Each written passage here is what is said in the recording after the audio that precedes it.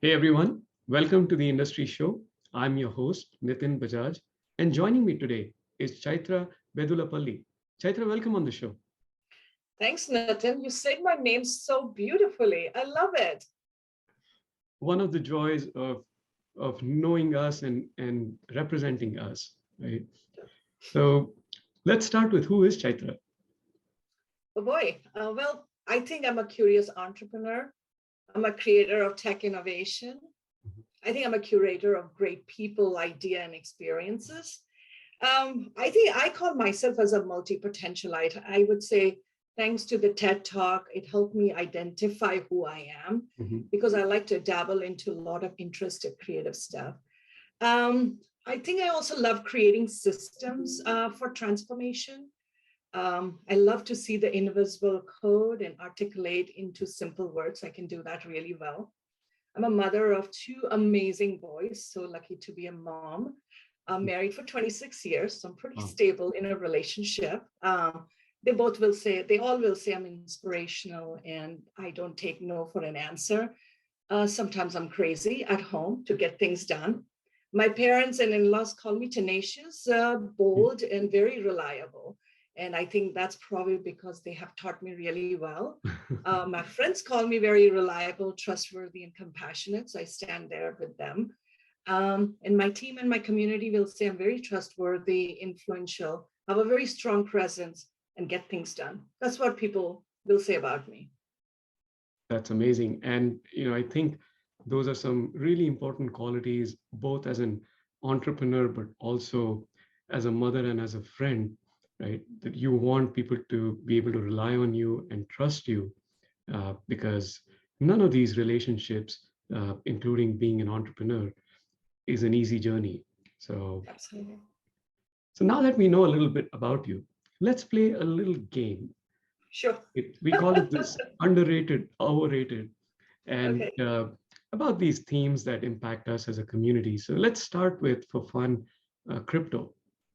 I think it's overrated at this moment. Okay. What about NFTs, Overrated. the metaverse? Overrated. Real estate prices. Overrated. And this might hurt a little bit right now, stock market prices. God, yes, it is underrated. Inflation. Underrated. Let's see. What about cash Underrated. and the great resignation? I think it's the real thing. It's a real deal. Okay. That's awesome. Well, thanks for playing along. Sure. Let's come back to some questions that are more personal and more close to you. Tell us, what is Meylah? Meylah stands for community. So if you go back in India, it's a Sanskrit word called community. And when you think about community, it's all about creating economic access. So our mission is to unlock economic access through digital transformation. And the digital transformation is driven by cloud and AI for our customers. That's awesome. So give us a sense of the mission, but more importantly, also the vision. Where are you projecting this going a couple years out from now? Sure. So the magic sauce that we actually embarked on is we really wanted to help our companies and cities transform their marketing programs to unlock economic access for their audience through marketplaces, data automation, and growth accelerator. And as part of that, we decided to invest a lot of our work in building solutions for the enterprise market. And we invest a lot on how the cloud marketplaces are taking off. We understand the marketplaces, just the system of how marketplace is built and what it takes.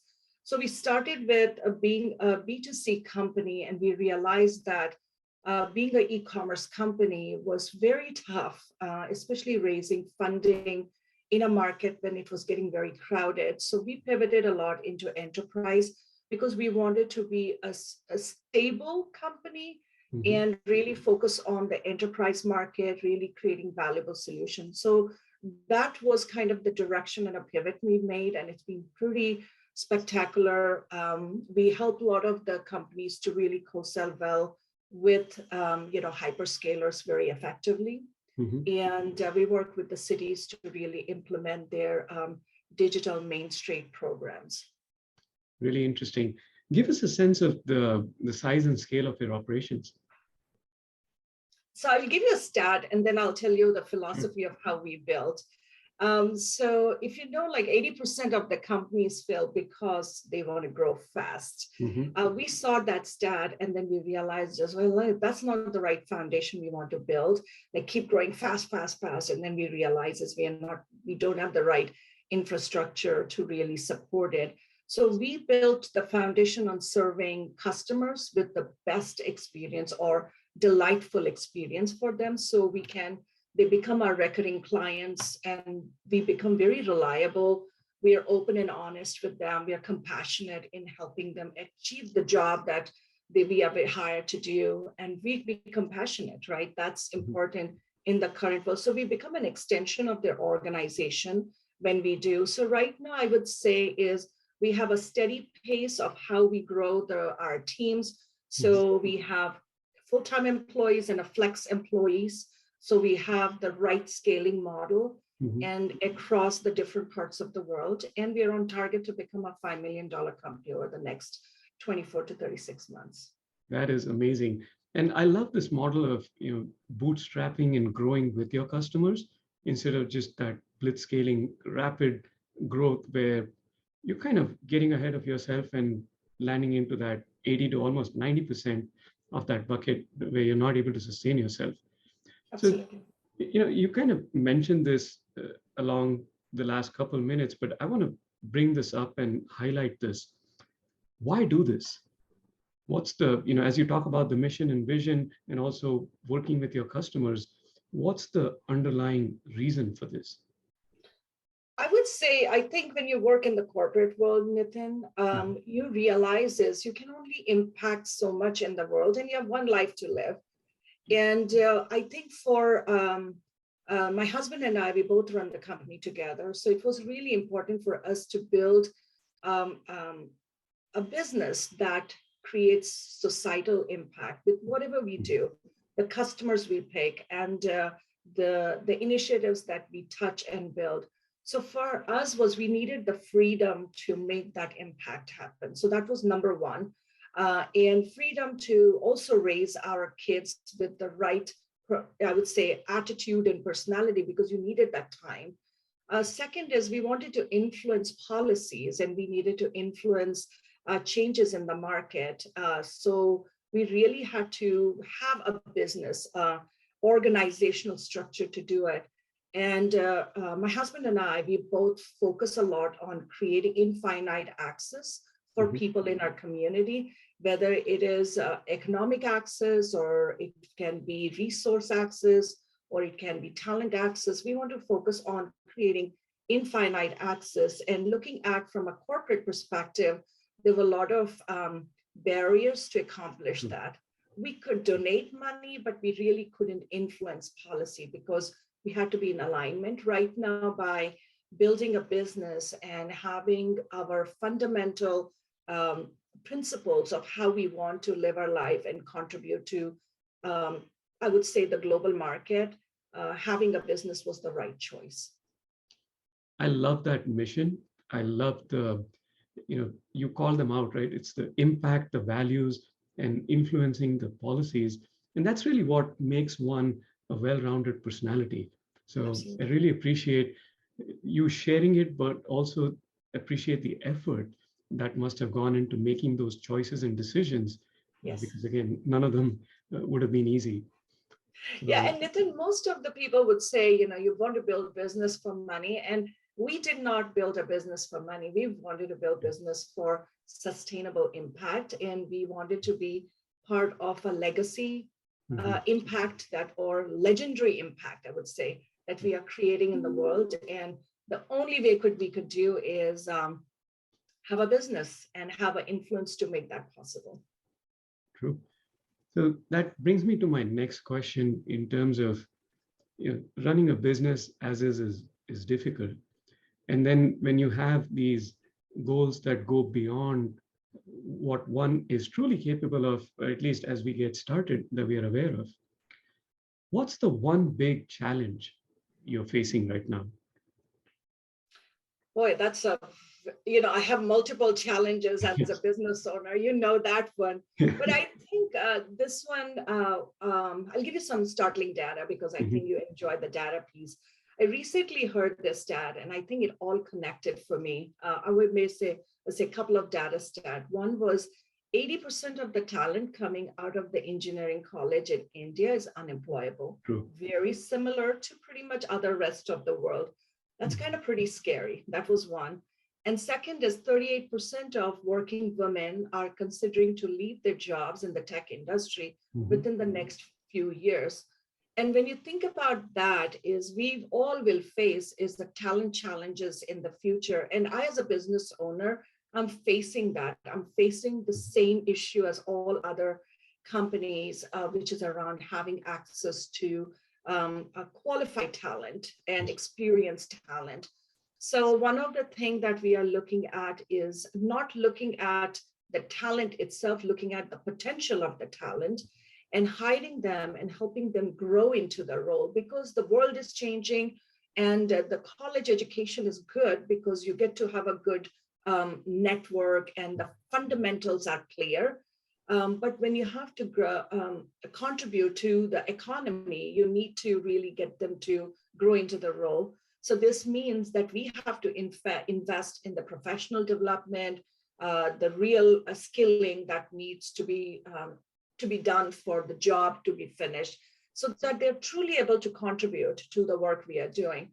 So that is where I would say is like the biggest challenge I think for all of us we will be facing is having access to the right talent and a perfect talent for your roles. True, and that is a big one. And from what we are seeing right now, it doesn't look like it's going away anytime soon. So for the foreseeable future, it's going to continue to be a challenge. So now, on the flip side of challenges come opportunities. So what's the most exciting one you're targeting? So I work in a $7 trillion, I would say, cloud market. So for me, I would say it's a huge opportunity. However, we are looking at a lot of the tech companies who are working in that ecosystem, and also the industry associations who are working in that ecosystem are struggling a lot to market. And even you think about the digital marketing, particularly plan and host educational based events to engage the potential customers. So since we, specialize in the MarTech innovation, we realize that we excel in building thriving communities by implementing sustainable systems, digital events, and engaging content. So what we are thinking about is to support that market, a $7 trillion opportunity market. We will be launching a 100,000 cloud co-sell leads program within the cloud tech community. And the goal is to help 1,000 companies over the next 3 years to establish a successful demand gen engine through the digital co-sell events with the hyperscalers. So together, we actually can create infinite economic opportunities and also support our customers to achieve more by doing the right things at the right time. And I believe is out of 40, 50,000 companies, no, 400,000 tech companies out there in the world, I think having those 1,000 tech companies to do really good, I would say skilled to take care of their customer, I think we can really realize the potential in this huge market. That's really exciting. I mean, and those seem like very achievable numbers. So really excited to see how that comes along in the near future. Absolutely. So, Chaitra, let's take a look back in the rearview mirror and, throughout your entrepreneurial or your career journey, want to talk about one example of where things really worked out and you hit a home run, and want to invite you to brag a little bit about that.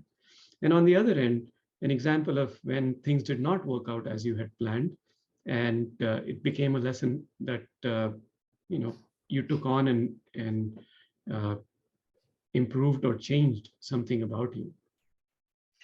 Oh, so I'll start with things that I would say is, as an entrepreneur, as a human, the failure of not having high emotional control. Hmm. And because you lose your emotional True. stability when crises happen or things happen. And that, I would say, is, I wish we were taught in a school. I call it as an emotion regulation. Yes. If they would have taught us, I think our stress level would have been always lower. Mhm. Also, ability to know people and understand people, who they are, and how we can truly collaborate with them with a high trust environment. I think that would have been good. So I would say the failure in multiple times, when I see the failure, is really the relationships did Mhm. not work out and I couldn't communicate, and was not able to really build a high trust relationship. And I think that is something where I would say has been a very um, area that I've been working on for years. And I pretty feel proud that I've been able to accomplish some of the basic skills and the basic fundamental um, areas that I needed to develop, and I've been developing, and I probably will be developing till I die, or or I leave this planet, right? So with that one, I would say the success story probably is knowing and being an entrepreneur, Mhm. knowing that I was like one of the very few entrepreneurs uh, building solution for the enterprise market 4 years ago, having the ability to spot that there was a gap, and building is a women in cloud initiative. So we could create the economic access platform, the most Mhm. influential economic access platform for women founders and professionals to thrive in a $7 trillion market, which is created by cloud and AI. I would say that was definitely one of the highlight. And the reason why is we have created more of a sustainable impact is we created Declaration of Women in Cloud Day in the state of Mhm. Washington and New York. So people know us of who we are. Second is building a center of excellence for women in cloud in India in collaboration with my alma mater, like RV Engineering College. Mhm. And we just graduated the first 40 women from Congrats. that center of excellence, and we were able to do it in record time. I would say 3 months, and we have the Oh. next batch getting ready so we can create the pipeline of the best talent.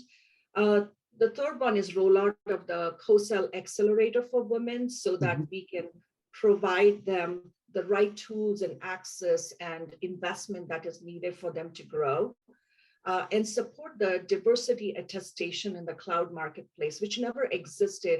Now the enterprise companies cannot say, we cannot find these women.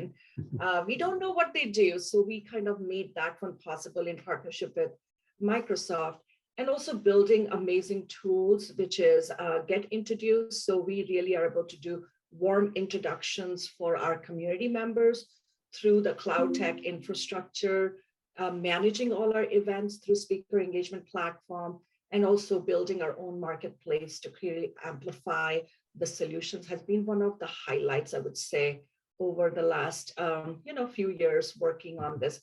But through that, I would say I've conquered all my insecurities, Mhm. conquered the emotional imbalance that I call it as an entrepreneur. I was able to conquer because I have a community and I'm not lonely. I Mhm. get to be with a very strong, influential women who are working together to change a narrative for all of us. Well, congratulations on multiple levels. One, for pioneering, this initiative, but also in a way that's sustainable and will continue to feed itself. And through that process, as entrepreneurs, we are always striving to learn more about ourselves as much as we are trying to learn more about the business and our macroeconomic situations. So congratulations on hitting this on all three Thank you. fronts. Thank you. So let's transition into my favorite part of the show, which is the one-line life lessons. And just as a quick recap, these are not quotes but lessons that you've either come up with or have adopted and made them your own. And I find them to be simple, straightforward, but profound and sometimes life-changing. So we would love to hear your one-line life lessons, Chaitra. Sure. So my first one is become a rock of trust in the lives of people you serve. So rock of trust is R stands for reliable, O stands for being open and honest, C stands for competent, and the other C stands for compassion. Truly be there for people in your life and rate yourself how you're doing. Second is create infinite access for everyone in your life. If they come to you and say they need access or they need access to people, unlock your Rolodex. If they need access to money, open your wallet. I'm telling you, it's a very small investment, but it will make a big difference for you and for them because you become a giver on this planet instead of a taker. Yes. The third one is conquer neglect. Otherwise, it will eat your life, your brand, and your ecosystem. So pay attention to the little things that you neglect, whether it's cleaning your table or vacuuming or picking up the sock, but do that. And I'm working on that too. But conquering neglect has been one of the mantra for me. Build businesses to create economic opportunity, not just making money. Money will come, but create economic opportunities. Invest in V mindset. Collective action is the real deal. Alone is not fun. I love them. And especially in fact, I love them all. And, for our audience, we have an entire collection at onlinelifelessons.com, and we'll have Chaitra's one-liners there pretty soon. And Chaitra, once again, thank you for making the time, for being with us today. Congratulations again on all of your accomplishments, and good luck for your continued success. We really appreciate you making the time to be with us. Will do. Thank you, Nathan. Really appreciate it.